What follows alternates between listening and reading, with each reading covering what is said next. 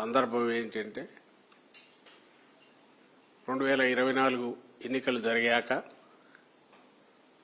Telugu Desam party నాయకత్వంలో కూటమి NDA కూటమి పాలన ముఖ్యమంత్రి ప్రమాణ స్వీకారం ఈరోజు జరిగింది. సహజంగానే ప్రతి ఏడాది పూర్తి కాగానే ప్రభుత్వం ఏదైతే ఉంటుందో వాళ్ళు ఏం చేశారో చెప్తారు. ప్రతిపక్షంగా మేము మిగిలిన ప్రతిపక్షాలు ఎవరైనా సరే లోపాలు ఏమున్నాయో ఎత్తి చూపాల. సో ఈసారి కూడా ఆ సందర్భం.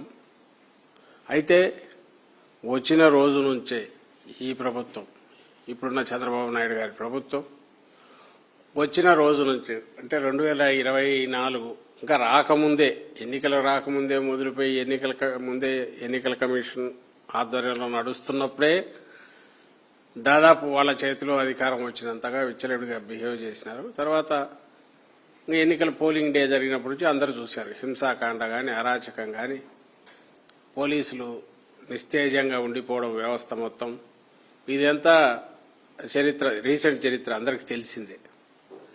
ఇంకా అక్కడి నుంచి 12వ తేదీ ప్రమాణ స్వీకారం జరిగిన దగ్గర నుంచి ఇంకా అక్కడి నుంచి జరిగిన మోసం, అదే ఒక పెద్ద రికార్డు, పెద్ద చరిత్ర. అక్కడి నుంచి జరిగిన మోసం, అక్కడి నుంచి జరిగిన దగ, అక్కడ తర్వాత మొదలైన దోపిడీ, ఇవన్నీ రికార్డులే. బహుశా చంద్రబాబు నాయుడు గారు అంతకుముందు తన పాలనతో పోలిస్తే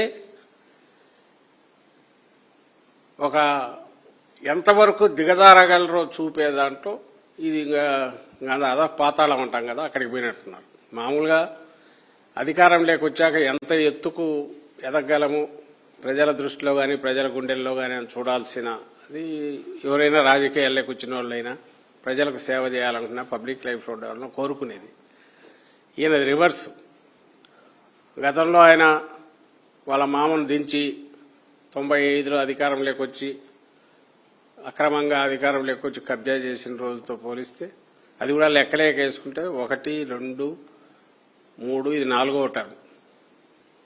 అప్పుడు 4 ఏళ్ళు వేసుకుంటే ఇప్పుడు ఇది మిగిలిన 10 ఏళ్ళు పూర్తున్నాడు, 14. ఇప్పుడు ఇంకో టర్మ్, ఇది లాస్ట్ టర్మ్, ఇది మొదలైంది. లాస్ట్ టర్మ్ ఎందుకంటున్నట్టే ఆయన ఏజ్ రీత్యా కష్టం కావచ్చు అనే ఉద్దేశంతో. లేదు 100 ఏళ్ళు 100 ఏళ్ళు ఉన్ని యాక్టివ్గా ఉంటాయంటే ఉంటారేమో, ఇంకా రాజకీయాల్లో తెలియదు. యాజ్ ఆఫ్ నవ్ అయితే ఇది లాస్ట్ టర్మ్ అని అనుకుంటున్నాం.